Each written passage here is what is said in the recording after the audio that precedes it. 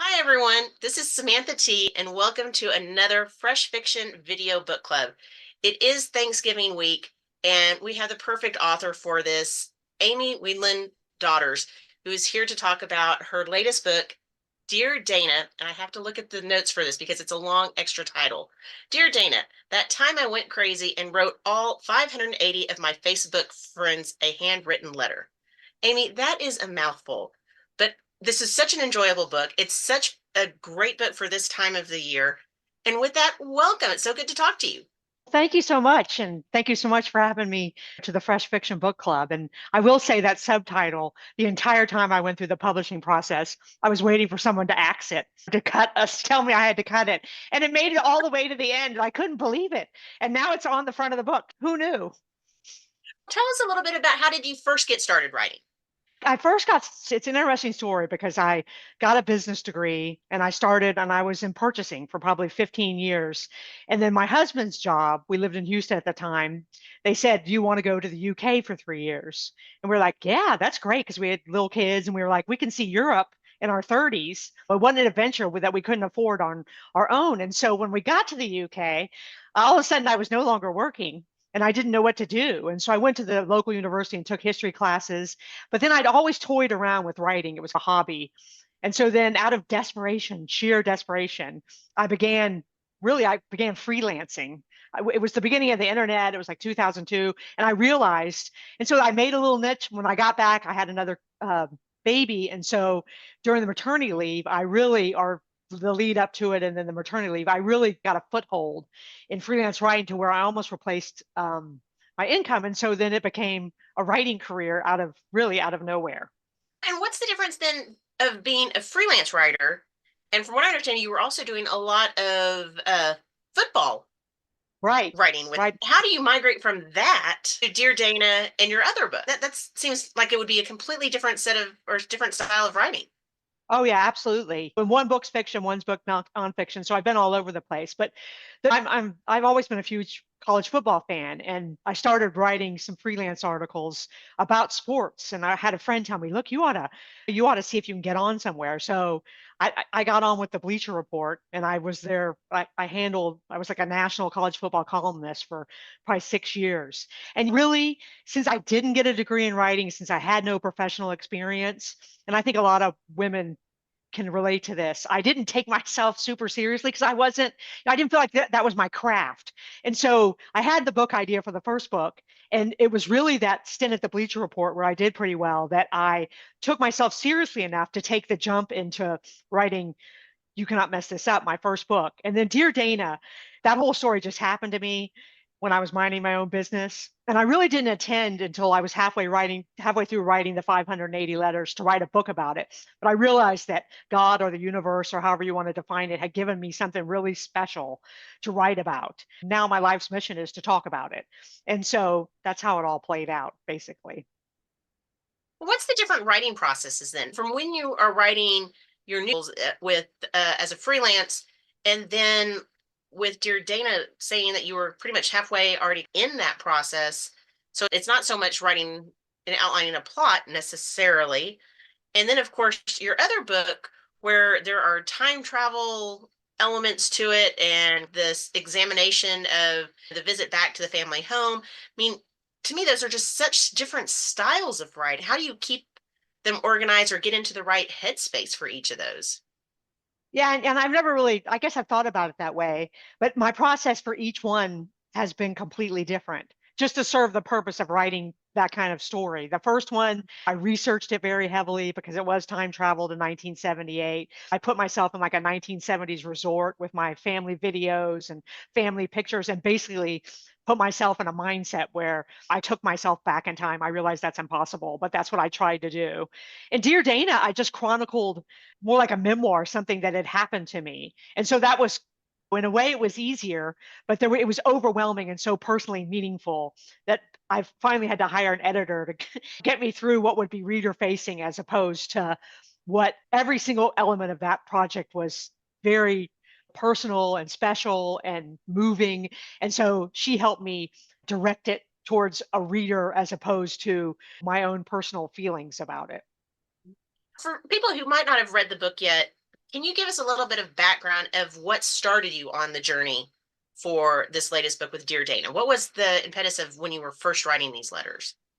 What happened was I was on Facebook one day, like all of us innocently, and I thought in my head, I said, "Oh, I wonder what happened to Dana." And this was Dana was a girl who I'd met at a summer camp in Texas in 1986. We literally spent 7 weeks together. That was it. But we both had huge personalities. We thought we were hilarious.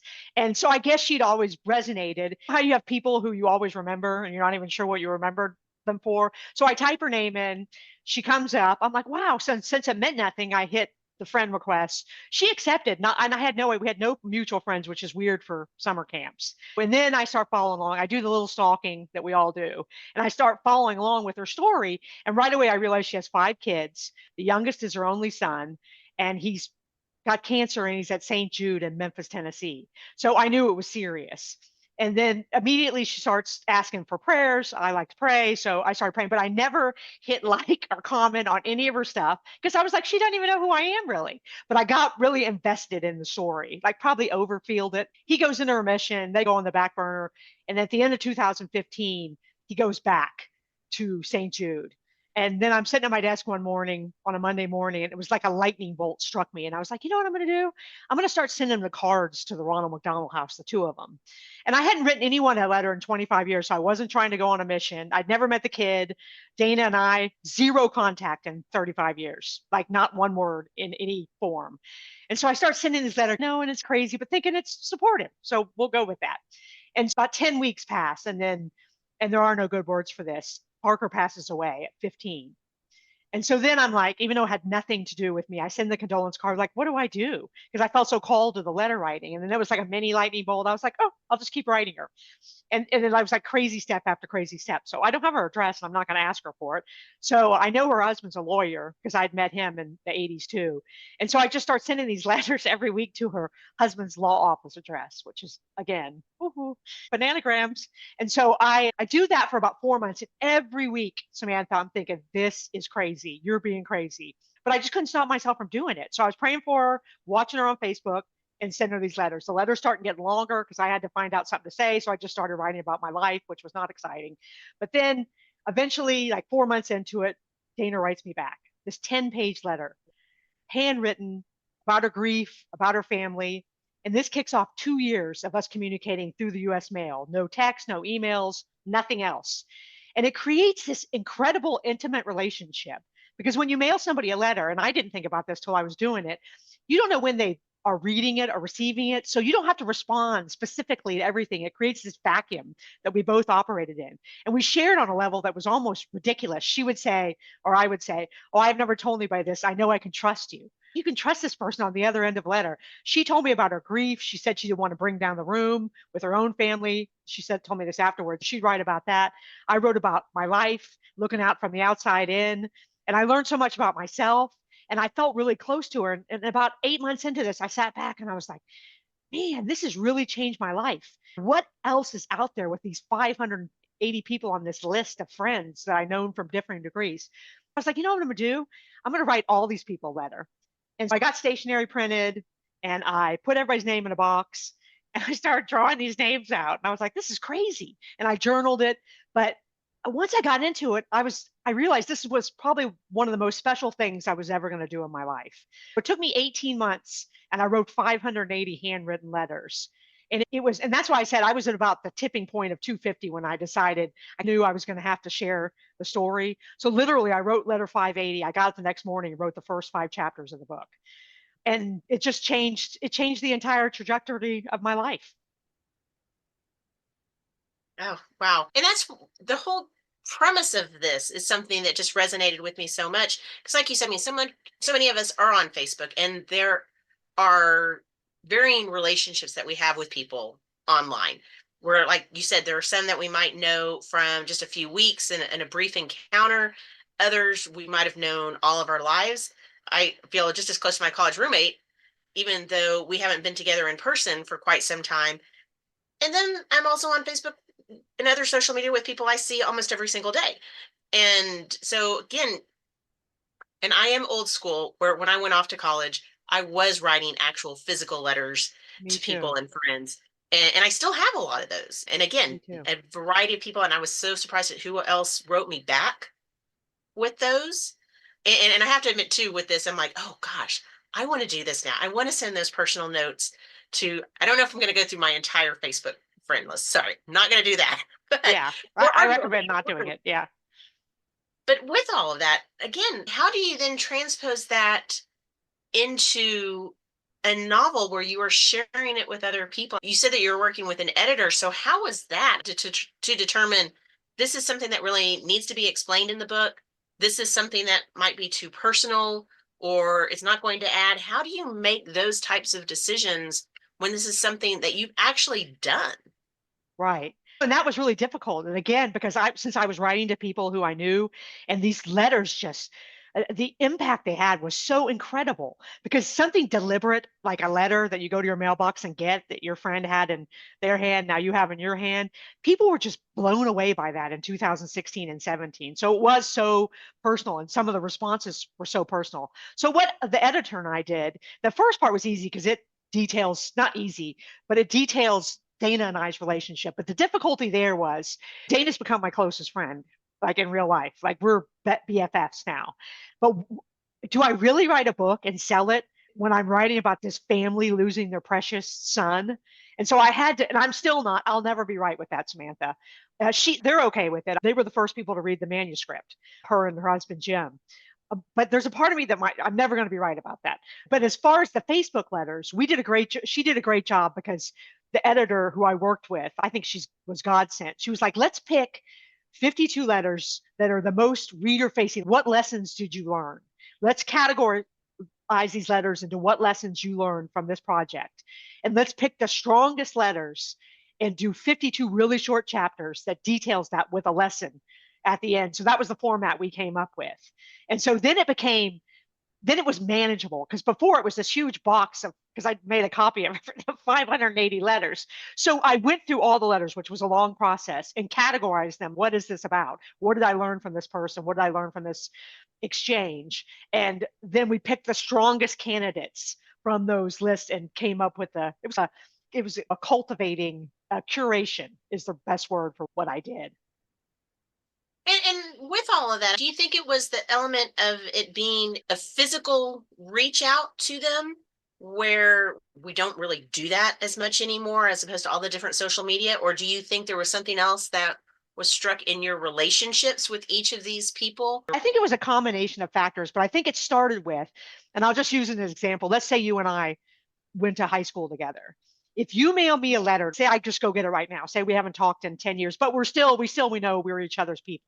If I go out to the mailbox and I amongst the bills and the junk and the all of it, I pull out a handwritten note or letter or card or whatever it is from Samantha. And I see your name, and I probably remembered your handwriting if we went to high school or college together. Because I wrote letters to my grandparents, to my friends, and I was a camp counselor. They put our addresses at the back of the yearbook, and our people wrote us, and we wrote them back. So let's say I pull this letter out in 2024. My immediate reaction, I know this just based on my experience over and over again.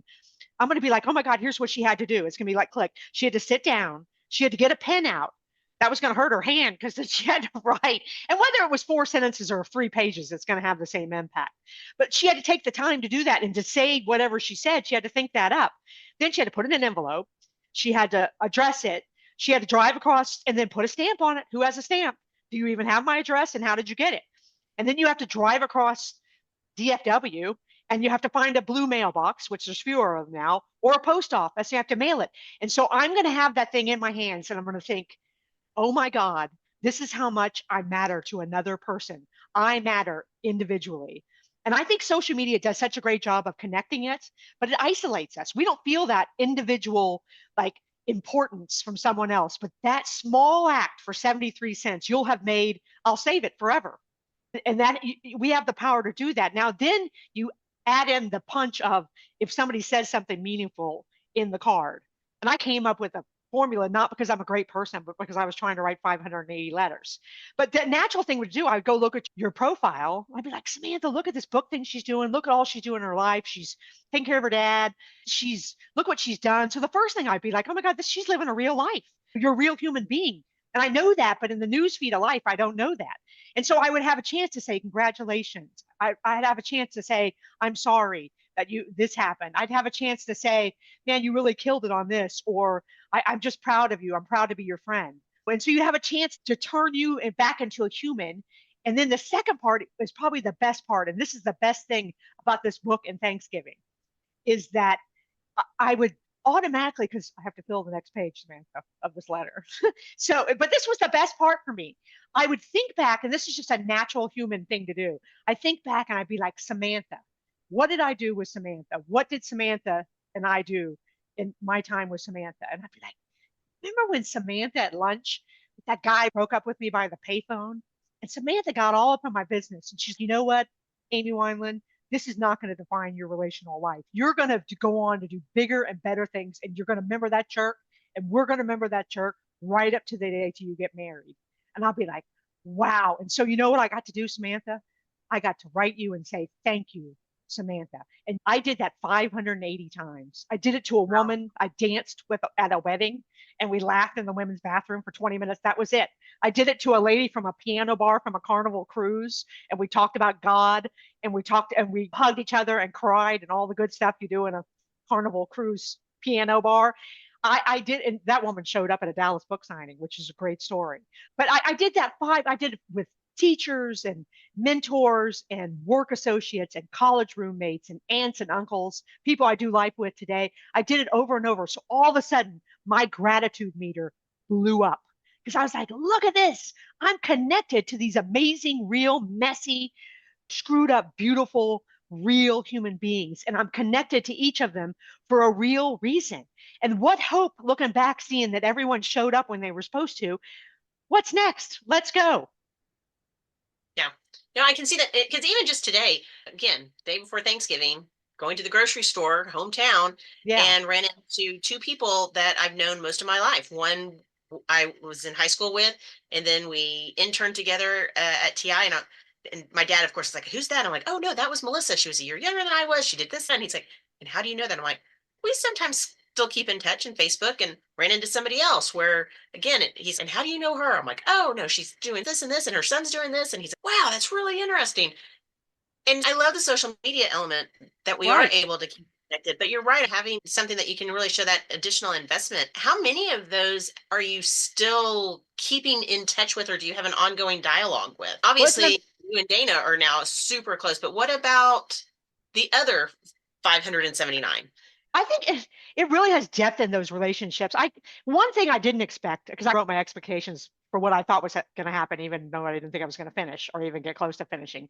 I felt guilty because you open all those doors and you cannot physically handle that kind of relationship. And I never expected to feel guilty, but I absolutely did because I probably went one reply with most people. But when I see those people, and even when I interact with them online, there is something different because of that exchange.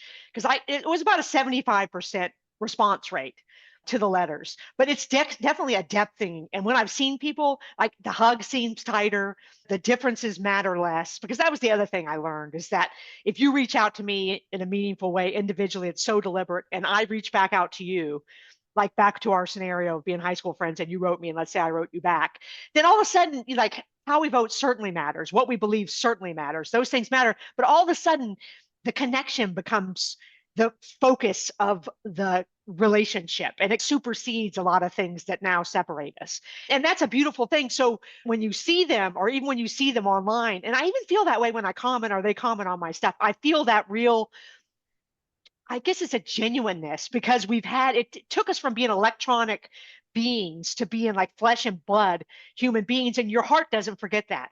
Your heart doesn't forget what happened with the letters. And again, this is such a unique element because you've gone through this yourself and written all of these letters and then made it into a book that you're sharing with other people. For you, what is the favorite aspect of the book for you? Part of the first part would be Dana and I's exchange, because it's so meaningful to me, because Dana changed my and my family's life, my perspective on everything. Yes, her losing her son absolutely changed my perspective, but that friendship, and I believe it was God, everybody's free to define it however they want to, that out of it I would get this friend. So looking back, those chapters are just incredibly, profoundly special to me. And the way the story happened, I loved reading the beginning because it makes me realize I was going on this adventure and I had no idea that I was going.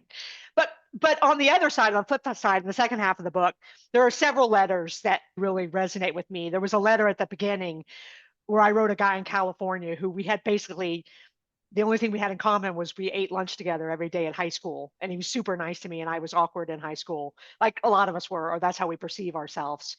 And he wrote me back. And I had said, I know we're in different camps, but I just want you to know that I really respect how you treat people, because he was one of those people online who was just kind to people. He presented his thing, but he didn't try to shove it down anybody's throat. And I said, growing up in the suburban box outside of Houston, we grew up in, I just think you're brave. And I think the way you do it is just full of kindness and love. And I have so much respect for that. And he messaged me back and said, you just make me feel like I have something to offer in life. You make me feel good about myself and you give me hope for the future. There's people in opposite camps, really, who reach out across the line. And that just made me realize the power this thing had.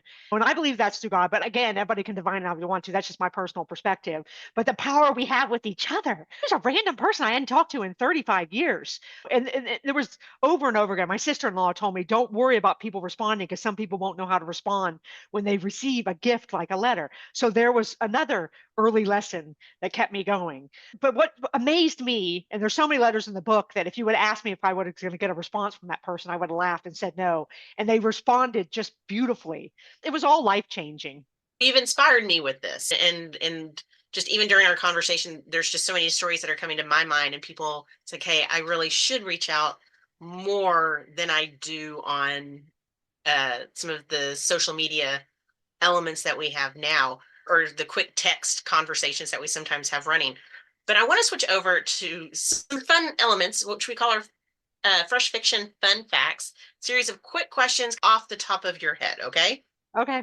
And it is Thanksgiving. I'm going to start off with an easy one, okay? Cranberries. Do you do fresh whole cranberries for your Thanksgiving side, or is it the jelloed ocean spray can? It's definitely the log. It's definitely, I even have a special crystal dish for it that somebody gave me at my wedding, and that was not its intention. But if the log isn't there, then I'm not saying I won't come. I'll have the log in my purse then. That is absolutely the ridged. Not really Thanksgiving if you don't have the log, right? Right, that log is essential. Other than books, what is something that you own a ridiculous amount of? I own a ridiculous amount of a lot of things, Samantha. I have a thing about plaid and tartan, and I actually create a shelf in my home with, there's a lot of mid-century, I'm a retro girl, but when in the 50s, they made a lot of plaid items like radios and suitcases and thermoses and lunchboxes and even down to perfume decanters. And so I collect that stuff, and I have a lot of it in my family's, and I have all boys, and they're like, okay. I even have an outfit that's right down to the shoes and the socks that I wear at Christmas. It's way too much. But Now, of that collection, is it filled with more items that you've picked up in the States, or more items that you picked up when you were over in the UK?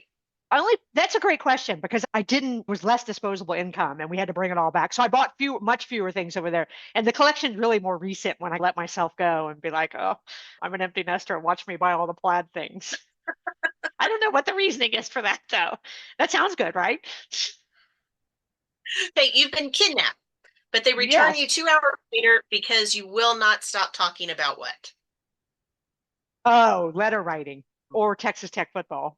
One of the two. Letter writing is probably a more reliable topic than Texas Tech football, because that is celebrate 7 days of a win like you won the national championship, and then stick your head out in your backyard for the next 4 weeks. But yeah, those two are my passionate items.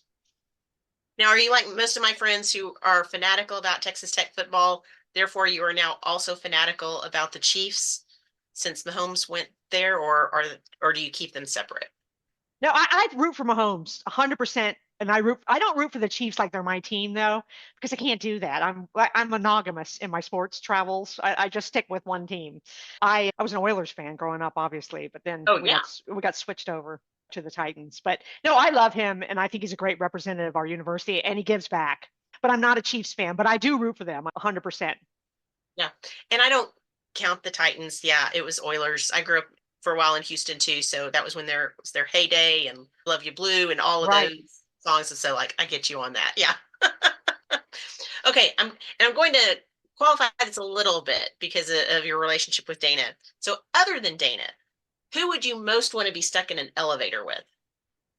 Oh, 100% my kids, because my kids are hilarious and they're at the age now where it's not just fun. There's still parenting going on. Maybe they're parenting me, but we would have the best time and we'd make completely the most of it. And we'd probably all try to kill each other and that'd be the best story to tell afterwards.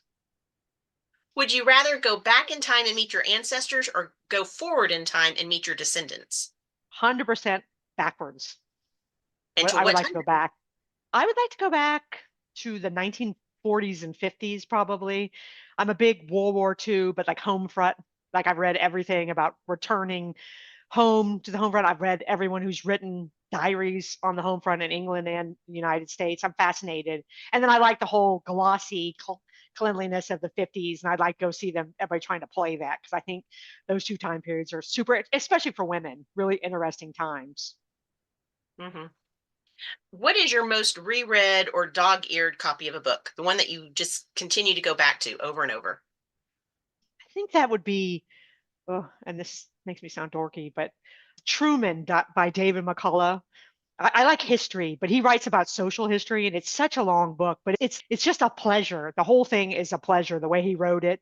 And really, I've got a dog-eared copy, but it's his audiobook because he reads it himself, and it's just fascinating because he doesn't write about Truman as a great man. He does that on Mornings on Horseback too with Theodore Roosevelt, but he writes about it like it's a great story because that's what it is. But you feel like you're reading a novel and you're reading about someone's life. And he really goes to the details about childhoods, especially. And I think he must have been very passionate about that because he does a great job of it's almost just intoxicating.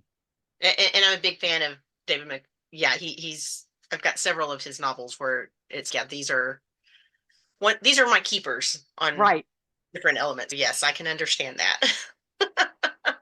Okay, again, since it is Thanksgiving, do you decorate for Christmas before Thanksgiving or after? After Okay. we'll do it Friday. They did get the tree out today, which I was thought, but they said they had stuff to do on Friday, so they were trying to get that up so the ornaments will go on Friday. So I'll give them that. But I have both kids home for the first time in like 6 months, so it's pretty exciting. Yeah. Well, Amy, with all of that, the most important question is where can our readers and listeners keep up with you and find out what all is going on? If you go to Where's Amy the best place? Daughters, yeah, amydaughters.com tells you everything and things you don't want to know as well. And it's got my physical address, or it's got where you can write me, and 100% guarantee here if you write me, I will write you back. But it's got both books. It's got, like I said, more stuff than you really want to know, plus links to my social media, email, and I'd love to hear from anyone who wants to talk about anything. Amy, it was so much fun talking with you tonight. And readers, definitely go check out this book. It will inspire you to follow up with your own friends and contacts and build personal relationships always. And just to hear and experience this whole journey that Amy went on also, it's just been a joy. Thank you so much, Samantha, and thank you for letting me tell about my story. And it's an honor to be on the Fresh Fiction Club. Thank you.